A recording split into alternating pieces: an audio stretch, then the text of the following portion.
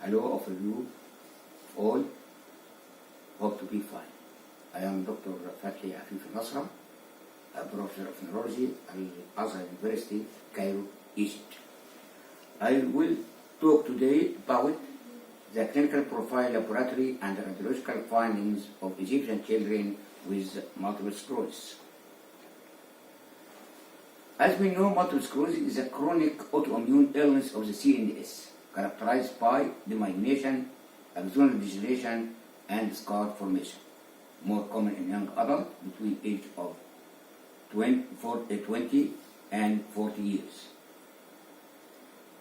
A little percent, about 2.7 to 5% of all cases occur before the age of 18 years. Clinical features of multiple sclerosis are variable. That 44, 30, and 29% of pediatric patients display cerebellar sign, brainstem, and motor sign at onset, respectively.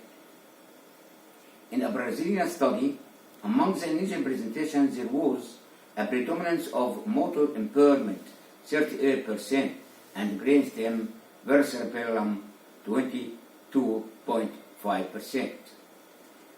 Early diagnosis of multiple sclerosis is essential in children with multiple sclerosis, which is characterized by more frequent relapse. Cranial MRI show lesions in at least 95% of multiple sclerosis patients and plays a key role in diagnosis and follow-up. MRI criteria that are prognostic and diagnostic for pediatric onset multiple sclerosis include micro 20,004. Pediatric onset multiple sclerosis have a paradoxically higher annualized relapse rate than those with adult onset multiple sclerosis. Nevertheless, patients with pediatric onset multiple sclerosis reach disability and landmarks at younger age than those with adult onset multiple sclerosis. The aim of this work is to study the clinical and paraclinical characteristics of pediatric onset multiple sclerosis in a sample of Egyptian patients. This is a retrospective study which was conducted on 40 multiple sclerosis patients, 8 males and 32 females, from the database recorded in the multiple sclerosis unit of Al-Azhar University Hospitals and Maadi Military Hospital, who fulfill the following criteria. Inclusion criteria of these cases: all patients had undergone follow-up after the first attack of CNS demyelination. Diagnosis as multiple sclerosis based on demonstration of clinical and or MRI evidence of new disease by either confirmed second clinical attack occurring more than 28 days after the incident demyelination event, or confirmation of MRI lesions dissemination in time according to McDonald's criteria 2010. Exclusion criteria: children who meet criteria for neuromyelitis optica, participants for whom the clinical MRI or laboratory findings suggest an alternative diagnosis. Analysis of patient recorded data include full neurological history, including first malignant attack with EDDS. We also classified age into 3 categories: data of diagnosis as definite multiple sclerosis, duration between the first and second attack as treatment, the first drug that was started as regard, duration, side effect, adherence of the patient to treatment, and the current drug.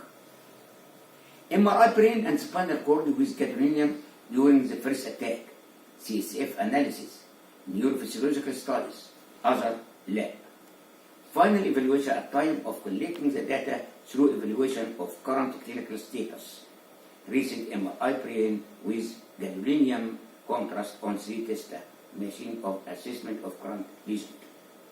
The result was age of onset and sex in the study group: male, gender male, female male was 8, female 32, age group 0 to 6 years, less than 6 to 12 years, less than 12 to 18 years. So here the incidence of increasing of age was between 12 and 18 years. Symptoms at the first intervention in the study group was motor, sensory, visual, optic, sphincteric, adam, and cranial nerve, cerebellar. The sensory was the most prominent sign. So, sensory in our study group, sensory was the most predominant sign. Also, time between first attack and second attack, most of the patient relapse in the first 2 years, 35%. EDSS during the study showed decrease and increase was decrease in 8 patients and increase in 6 patients and stable on 26 patients.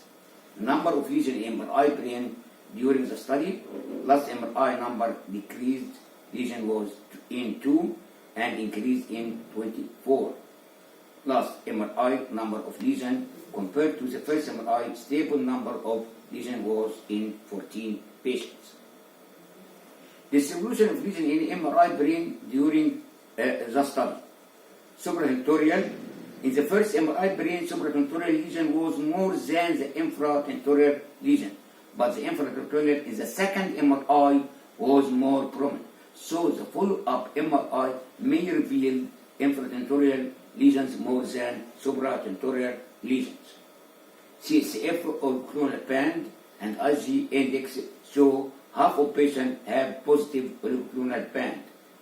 As regarding to visual evoked potential in the study group, 55% of the patient has abnormal visual evoked potential. Starting drugs and its failure and current drug in the study group. Variable drug. Starting drug was interferon beta in 16 patients, interferon beta 1A in 8 patients, interferon beta 1B and other treatment in 12 patients. Failure was in 16 and no failure in 14. Current drug now, interferon beta, our next was 6 in 6 patients, interferon beta 1A, repeat 14 patients, interferon beta 1B, and for 16, fingolimod 2 patients, natriuretic for 1, other treatment 1. MS types in the study group was variable.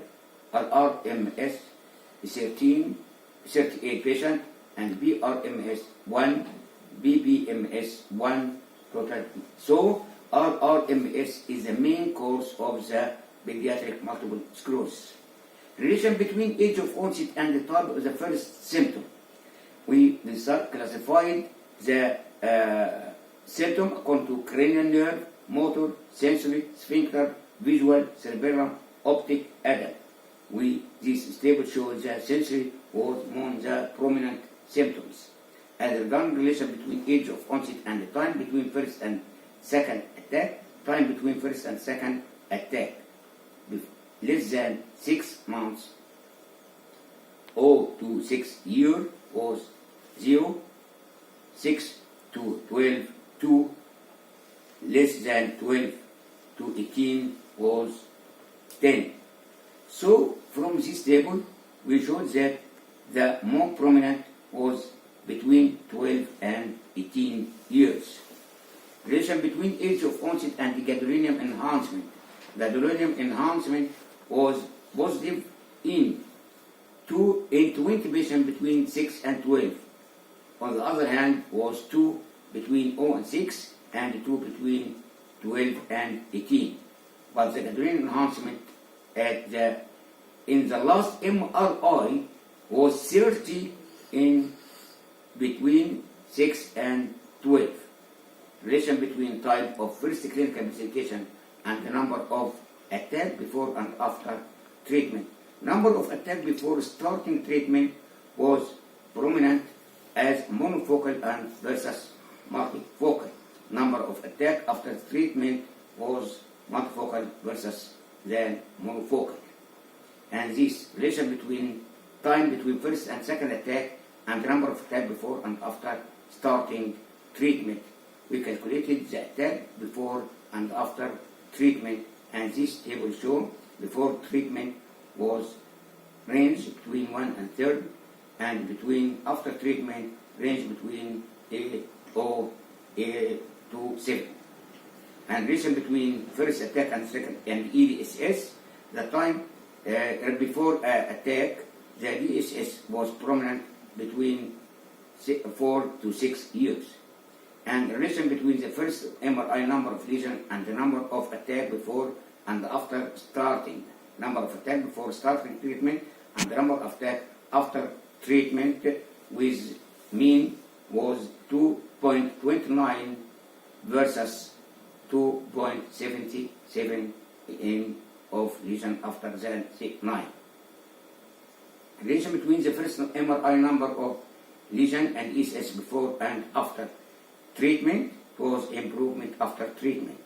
Relation between the starting drug and time between first and second attack, the early treatment delay the second attack. Relation between starting drug and number of attack after treatment, as we saw before, it delayed the second attack. And between the starting and the ESS after some treatment, it improved and there is decrease in EDSS.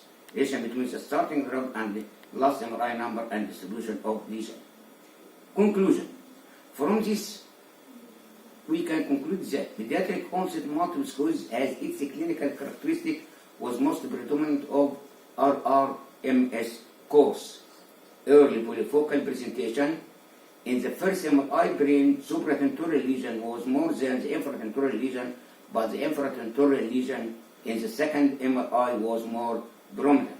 Sensory affection was the most prominent sign, 30% in the first attack. First attack may be associated with encephalopathic features resembling Adam presentation. So in this class, we should differentiate between Adam presentation and multiple sclerosis in children or the pediatric onset.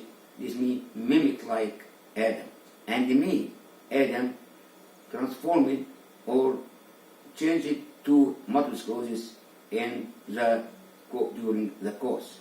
MRI features that may be Adam-like, so the diagnosis assessment should include CSF analysis as well as evoke potential to differentiate between the true Adam and mimic-like. Awareness of pediatric multiple sclerosis symptom and the age depends that risk for multiple sclerosis might improve early diagnosis of multiple sclerosis children and adolescents. Recommendation. Recommendation for research follow-up of children with first demyelination attack for longer period for early diagnosis and appropriate management. Research on the emerging service of multiple sclerosis, especially oral drug, which have the advantage of better compliance. Recommendation of the diagnosis to increase awareness of general practitioner should be increase the awareness of general practitioner and young neurologists about the main presentation of pediatric onset multiple sclerosis for early diagnosis. Every patient with acquired demyelination attack who don't meet the diagnostic criteria must do CSF analysis for diagnosis and exclude other MS mimic in children, especially Adam. Neurophysiological studies to be done at least visual evoked potential and somatosensory evoked potential for detection of silent lesion within CNS. Thank you.